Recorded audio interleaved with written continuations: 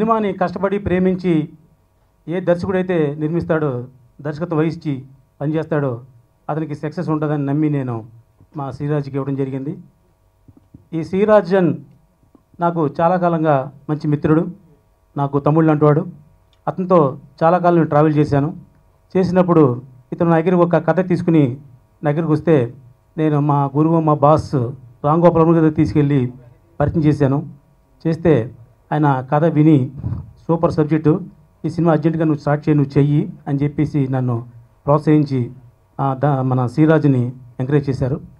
అలాగా ఒక సూర్యకాంతం అనే సినిమాని, ఆ సినిమా పేరు సూర్యకాంతం, అది స్టార్ట్ చేద్దాం అనుకున్నప్పుడు నాకు మంచి మిత్రులైన వల్లూరుపల్లి రమేష్ గారి దగ్గరికి మా డైరెక్టర్ని పంపించి కథ మీద ఎంతో శ్రద్ధ వహించే మా వల్లూరుపల్లి రమేష్ గారిని కథ వినమని చెప్పి పంపించాను. ఆయన కథ విని చాలా బాగుంది సత్యనారాయణ గారు, మీరు చేయండి అని చెప్పేసి ఆయన సపోర్ట్ చేశారు. ఈ లోపుగా నాకు శ్రీరాజు ఆ సినిమాకి సాంగ్ రికార్డింగ్ కూడా అయిన తర్వాత మళ్ళీ ఈ ఎఫ్ఐఆర్ అనే కొత్త కథ చెప్పాడు నాకు.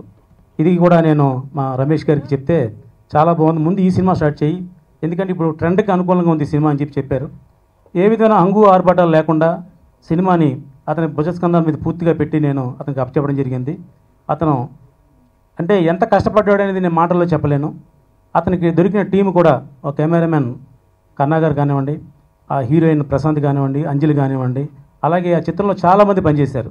ఆ పనిచేసిన టెక్నీషియన్లు అందరూ కూడా, ఆర్టిస్టులు అందరూ కూడా అతనికి ఎంతో సహకరించారు. ఒక యాక్తా కపూర్, ఒక మహేష్ భట్ కోవలో ఒక మంచి సినిమా చేద్దాం సార్, అందరికీ తెలుస్తుంది, యూత్ అందరూ చూస్తారు అని చెప్పి అతను కథని తీసుకున్నాడు. ట్యాగిస్లో నేను ఒక సినిమా పార్ట్నర్గా నన్ను దగ్గరుండి బొమ్మరిల్లో ఫాదర్ లాగా చేయబట్టుకొని రామ్ సత్యనారాయణ గారు ఎక్కడ ఖర్చు పెట్టాలి, ఎక్కడ ఖర్చు పెట్టకూడదు, ఎక్కడ ఖర్చు పెడితే నేను బాధ్యత వహిస్తాను, ఎక్కడ ఖర్చు పెట్టకపోతే మొత్తం నీదే బాధ్యత అని ఆయన నడిపించారు. కాబట్టి ఆ అనుబంధంతో చెప్తున్నాను. ఫస్ట్ ఈ సినిమా హీరో శ్రీరాజ్, నేను శ్రీరాజ్ అని పిలుస్తాను, నాకు అలాగే వచ్చు. ఎందుకంటే రామ్ సత్యనారాయణ గారు ఈ సినిమా ప్రొడ్యూస్ చేయకపోయినా, అలాగే రమేష్ గారు ప్రొడ్యూస్ చేయకపోయినా ఖచ్చితంగా అతను ఉన్న టాలెంట్కి ఈ కథ ఎవరికైనా చెప్పి అతను ఒప్పించుకోగలడు. ట్రైలర్ చూసాం, డైరెక్టర్ గారు, కెమెరామ్యాన్ గారు, మ్యూజిక్ డైరెక్టర్, అంతకు మించి ఆర్టిస్టులు వీళ్ళందరూ ఎఫ్ఐఆర్లో ఫైర్ పుట్టించారు. థ్యాంక్ యూ డైరెక్టర్ గారు, సూపర్గా ఉంది. అలాగే ప్రశాంతి, గీత ఇద్దరు ఆ క్యారెక్టర్లు చేయాలంటే నిజంగా చాలామంది సాహసించరు, అర్థమవుతుంది కదా ట్రైలర్ చూస్తే. ఇద్దరు అంత గొప్పగా చాలా బాగా చేశారు. ఇక ప్రశాంత్ చాలా బాగున్నావు, చాలా బాగా చేసావు, అద్భుతంగా చేసావు, బ్రహ్మాండంగా ఉంది. కెమెరామ్యాన్ గారు కూడా అద్భుతంగా సూపర్గా ఉందన్నమాట. సో ఇంత మంచి టీము సెలెక్ట్ చేసుకొని సినిమాకి ఇలాగా కొత్త వాళ్ళకి మంచి ఛాన్స్ ఇస్తూ మంచి సినిమాలు తీస్తున్నందుకు సత్యనారాయణ గారికి ముఖ్యంగా థ్యాంక్స్ చెబుతున్నా. ఒక 16 ఏళ్ళ నుంచి నేను పడుతున్న కష్టానికి మా వాడు పైకి వస్తాడులే, మా వాడు ఏదో సాధిస్తాడులే అని వెయిట్ చేస్తున్నా మా తల్లిదండ్రులకి, అలాగే నా వైఫ్కి, ముఖ్యంగా వాళ్ళకి నా ధన్యవాదాలు తెలియజేసుకుంటున్నాను. రామ సత్యనారాయణ గారు సార్ అంటే నాకు ఎంత ప్రేమ అంటే, పదురు అనే సినిమాని ఫస్ట్ టైం ఒక 4 ఏళ్ల క్రితం అనుకుంటా సార్తో, అంటే ఒక ఫ్రెండ్ ద్వారా ఆయన పరిచయం అయినప్పుడు వెళ్తే, నేనేం చేస్తానో తెలీదు, ఆయన చిన్న బడ్జెట్ ఇచ్చి చేసుకురా, ఏం చేస్తావు చేయన్నారు. అది కూడా నేను ఒక చిన్న ట్రైలర్ తయారు చేసుకెళ్ళినప్పుడు, నేను తయారు చేసిన తర్వాత సినిమాని చూసి అప్పుడున్న పరిస్థితిని బట్టి, నా పేరు పడితే నీకు ఏమైనా ప్రాబ్లం అవుద్దేమోనయ్యా, ఎందుకులే నా పేరు, వేరే పేరు వేసుకుని రిలీజ్ చేద్దాం అన్నారు. వద్దు సార్ అన్న, మీ పేరు మీదే రిలీజ్ చేయండి సార్ ప్లీజ్ అన్న. ఆయన ప్రేమ అంటే టెక్నీషియన్ కష్టపడ్డాడు, వీడికి ఏదైనా భవిష్యత్తు ఉంటుందేమో. ఆ స్టేజ్ నుంచి ఈరోజు సార్ రామ సత్యనారాయణ గారు మీ పేరు వేసుకుంటాం, మీ బ్యాండ్ వేసుకుంటాం, మా సినిమా వర్కౌట్ చేయండి సార్ అని 100 మంది వస్తున్నారు ఆయన దగ్గరికి. ఈ 4 ఏళ్లలో ఇంత చేంజ్ నేను చాలా హ్యాపీగా ఫీల్ అవుతున్నాను. ఆయన ఈ స్టేజ్లో ఉండడం నాకు చాలా హ్యాపీగా ఉంది. నన్ను వదిలేశారు, నేను ఏం చేస్తే అదే సినిమా అన్నట్టు. ఇంతవరకు ఆయనకి సినిమా ఫస్ట్ కాపీ కూడా ఆయన చూడలేదు. నన్ను నమ్మి ఇచ్చినందుకు ఎటువంటి బ్యాడ్ జరగకుండా ఆ సినిమా డెఫినెట్గా అందరూ చూసి, ట్రైలర్ చూసి మీరు ఎంత హ్యాపీగా ఫీల్ అయ్యారు, సినిమా చూసి కూడా అదే రేంజ్లో హ్యాపీ ఫీల్ అయ్యేలాగా నేను కష్టపడ్డాను. ఈ 2 తర్వాత ఒక సినిమాని నేను చేయడానికి నాకు కావాల్సిన క్రూ ఎవరున్నారో నాకు సపోర్ట్ చేసే వాళ్ళు ఎవరున్నారో వెయిట్ చేసినప్పుడు ఈ స్టోరీ అనుకున్నప్పుడు డిఫరెంట్గా ఒక స్టోరీతో ముందుకెళ్తే తప్ప ఇప్పుడున్న స్థితిలో మనల్ని గుర్తింపు రాదు అని నేను ట్రై చేస్తున్న టైంలో ఇద్దరు అమ్మాయిలు, ఒక హీరో, ఒక హీరోయిన్, ఒక విలన్ కామన్గా మనం చేస్తున్న సినిమాలు, చూస్తున్న సినిమాలు. ఇది కూడా అదే, ఒక హీరోయిన్, ఒక హీరో, ఒక విలన్. బట్ ఆ హీరో అనే క్యారెక్టర్ని లేడీని పెడితే ఎలా ఉంటుందని ఒక చిన్న థాట్ వచ్చినప్పుడు ఇద్దరు అమ్మాయిలు ఇప్పుడు సార్ చెప్పినట్టు సొసైటీలో కొంచెం ఇప్పుడున్న సినిమాల్లో కొంచెం తేడాగా చేయాలంటే కూడా డిస్టర్బ్ అవుతున్నారు తెలుగు అమ్మాయిలు. అలాంటిది ఇలాంటి ఒక లెస్బియన్ స్టోరీ లాంటి ఒక స్టోరీని చేయడానికి ఎవరు ముందుకు వస్తారు? ఎవ్వరు రారు.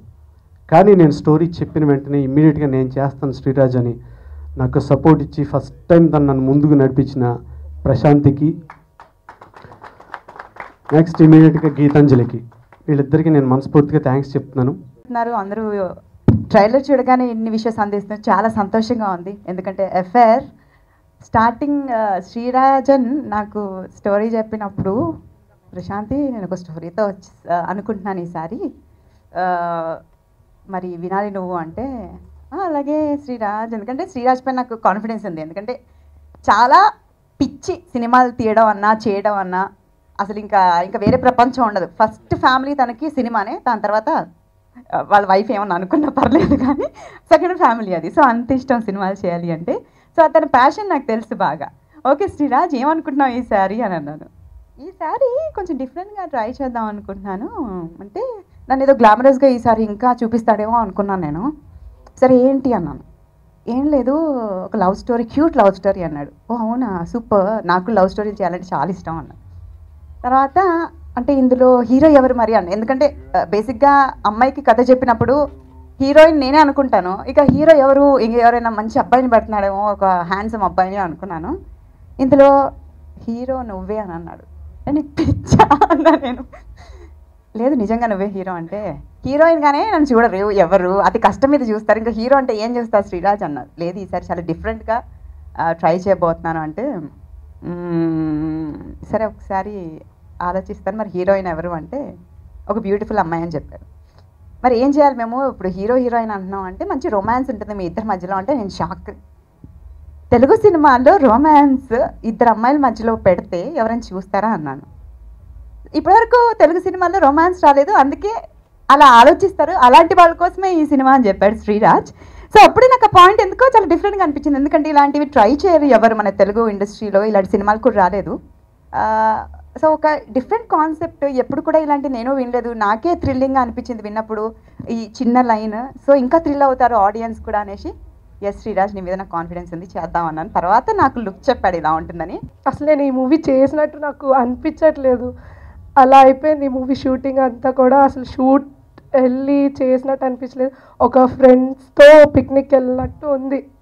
అక్కడికి వెళ్ళి ఆ క్లైమేట్ కానీ ఆ షూటింగ్ కానీ, కొన్ని సీన్స్లో నేను బబ్లీగా కనిపిస్తాను. సో శ్రీరాజ్ అనేవాడు కొంచెం సన్నం అవ్వచ్చు కదా, అబ్బా శ్రీరాజ్ నీకు తెలుసు కదా నా కోసం నేను అస్సలు తింటే ఆపుకోలేను, సరే సన్నం అవ్వు అని చెప్పి ఓకే రెడీ అని చెప్పేవాడు. మళ్ళీ లంచ్ టైంకి బిర్యానీలు మంచిగా తెప్పించి మా అందరికి పెట్టేవాడు. అండ్ అలాగే రామ్ సత్యనారాయణ గారు మనందరికీ తెలుసు ఎంత మంచి ప్రొడ్యూసర్ అని. నిజంగా ఆయన ఒక్కసారి కూడా ఎప్పుడు లొకేషన్కి రాలేదు. ఫస్ట్ ఆఫ్ ఆల్ నాకు సినిమా అయిపోయినంత వరకు ఆయన ప్రొడ్యూసర్ అని నాకు తెలియని కూడా తెలియదు. తర్వాత నాకు చాలా హ్యాపీగా అనిపించింది ఆయన సినిమాలో నేను ఒక ఆర్టిస్ట్గా చేసినందుకు. I'm so happy. అండ్ అసలు ఈ సినిమా నాకు రావడానికి కారణం Prashanti. I'm so thankful to you, ఎందుకంటే నీ వల్ల నాకు ఒక మంచి టీమ్ అండ్ మంచి మూవీ వచ్చింది. సో అండ్ కర్ణ గారు మెయిన్గా ఎప్పుడు చూసినా సార్ నేను బాగా కనిపిస్తున్నా ఈ షార్ట్లో బాగున్నా అంటే, అసలు నువ్వే లేవమ్మా నువ్వేంటి బాగా కనిపించేదని చెప్పారు. కాకపోతే ఈ సినిమాలో అంత బాగా బ్యూటిఫుల్గా కనిపించారు. అండ్ అనిల్ గారు చాలా వర్క్ చేశారు, ఆయన అసిస్టెంట్ డైరెక్ట్గా, కో డైరెక్టర్, ఇంకా మొత్తం సినిమాకి ఆయన చాలా కష్టపడ్డారు.